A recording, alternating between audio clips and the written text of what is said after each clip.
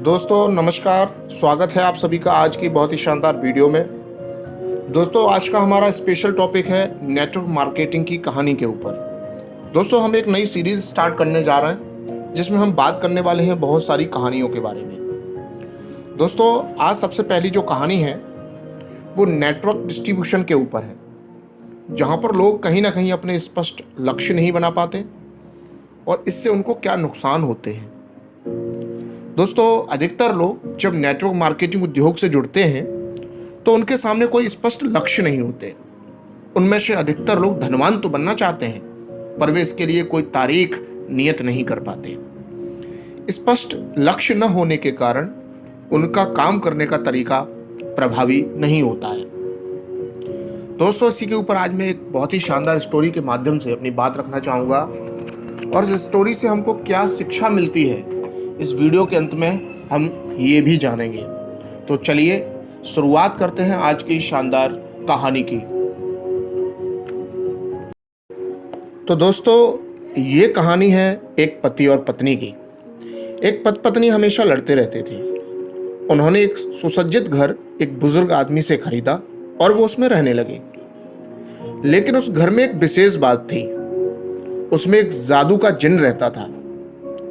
एक जिन जो रोज उस पति पत्नी को झगड़ते हुए देखता था। एक दिन जब वे दोनों लड़ रहे थे तो जिन अपने आप को रोक नहीं पाया और उनके सामने प्रकट हो गया। उसने उनका झगड़ा सुलझाने की बहुत कोशिश की पर दोनों में से कोई भी पीछे हटने को तैयार नहीं था। पत्नी कह रही थी कि पति ने उसके वे गहने क्यों चुराए जो उसकी मां ने शादी के समय दिए थे। लेकिन पति का तर्क था कि उसे अपना व्यवसाय शुरू करने के लिए पैसे की आवश्यकता थी और यदि वह पत्नी से गहने मांगता तो कभी भी नहीं देती। जिन उनकी जोर जोर से चिल्लाहट सुनकर थक गया था। उसने उन दोनों से कहा कि यदि वे अपना झगड़ा हमेशा के लिए बंद कर देंगे तो वह उन दोनों की एक एक इच्छा पूरी कर देगा। तुम दोनों एक एक वरदान मांग लो। उन दोनों ने तुरंत झगड़ा बंद कर दिया। वह बात सुनकर बहुत खुश हो गए।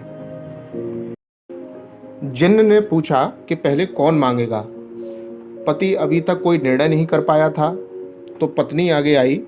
उसने कहा मुझे वे सब गहने दे दें जो मेरे पति ने चुराए थे, लेकिन उनका वजन मेरे वजन के बराबर होना चाहिए। जिन्न ने कहा तथास्तु। पत्नी के सामने सोने और प्लेटिनम के चमकदार गहने आ गए और उसने खुश होते हुए जिन्न को धन्यवाद कहा।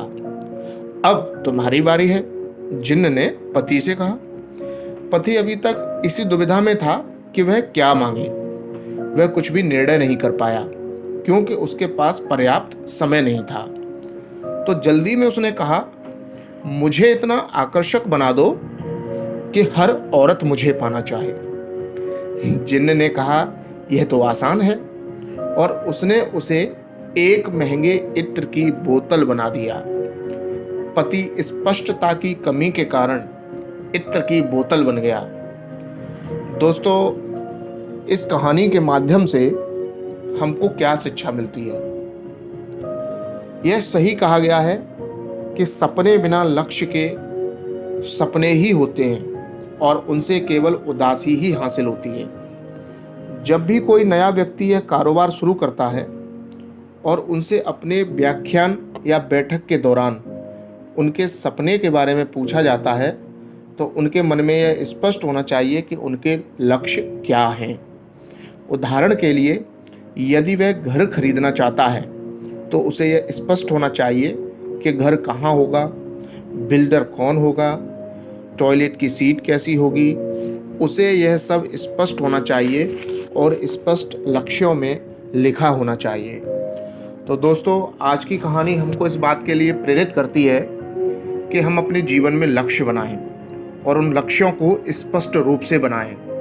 उस लक्ष्यों की हम डिटेल्स लिखें, तारीख तय करें, फिर उस लक्ष्यों के पीछे हम काम करें।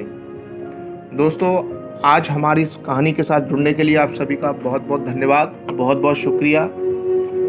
मुझे पूरी उम्मीद है आज की कहानी आपको बहुत पसंद आई होगी और इस सीरीज में हम आगे बहुत सारी कहानियाँ लेके आने वाले हैं। अगर आज आप इस चैनल पर पहली बार हैं तो वीडियो को लाइक करें, चैनल को सब्सक्राइब करें। Thank you very much. Wish you all the best.